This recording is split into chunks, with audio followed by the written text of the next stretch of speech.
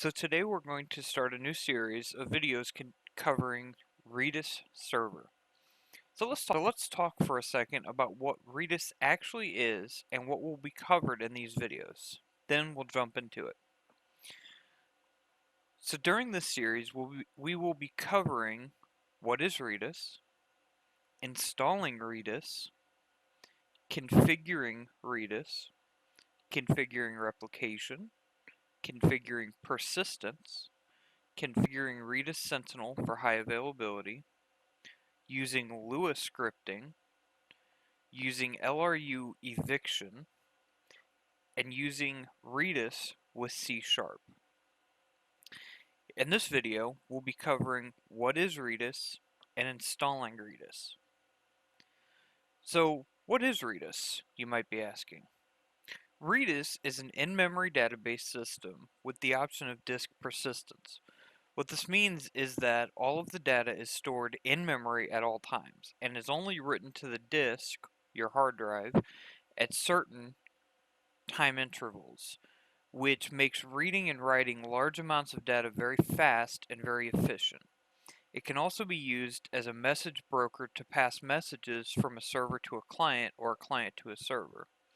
It has several built-in features such as replication, Lua scripting, LRU eviction, transactions, and even different levels of on-disk persistence. Remember we said earlier it supported writing to disk. And even high availability using Redis Sentinel. Redis supports a wide variety of data formats, such as strings, hashes, lists, sets, sorted sets with range queries, bitmaps, hyperlog logs, and geospatial indexes. Get on with using Redis. In this video, we'll be covering downloading and installing Redis, which on Linux is very straightforward. We will be using Fedora 23 in a virtual machine. Then in the next three videos, we'll be covering configuring Redis and using Redis. Now, to install Redis, we're going to be using Fedora 23, and now most distributions, such as Fedora for instance, have package managers built in. Now this is true for Ubuntu, Debian, Fedora, CentOS, and several others.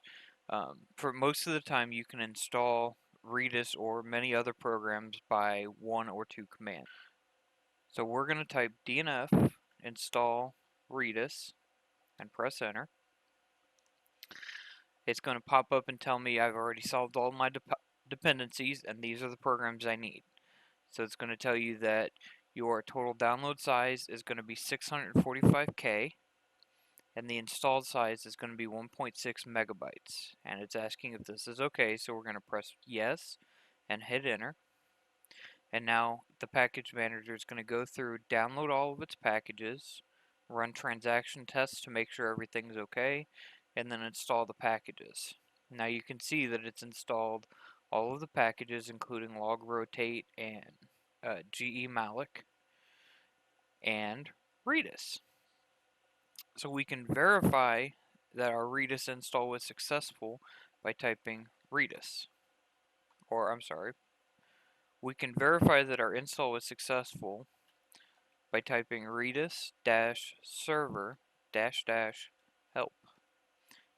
And we can see that Redis is telling us that we run it using a path to the config file, or -v to find out what version we're running, or -help, which is this help document, and we can also use --test-memory and how many megabytes. So this will allow the Redis software to test our memory to ensure that it can run correctly.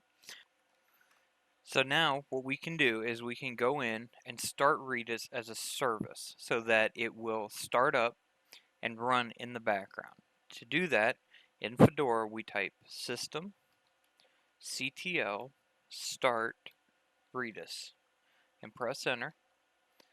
And now Redis is running in the background. We can verify by doing ps aux pipe grep Redis. and you'll see that Redis is running and bound to 127.0.0.1. To stop Redis, we would type systemctl stop Redis.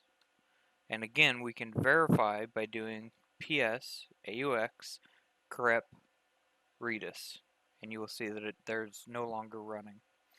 So this will conclude our tutorial for installing Redis. In the next video, we will be covering configuring Redis, configuring Redis replication, and configuring persistence with Redis. Please remember to subscribe to see even more content, including software reviews, usage guides, hardware reviews, build logs, ATV writing and repairs, and much, much more. Visit our forums at the link below, and make sure to subscribe,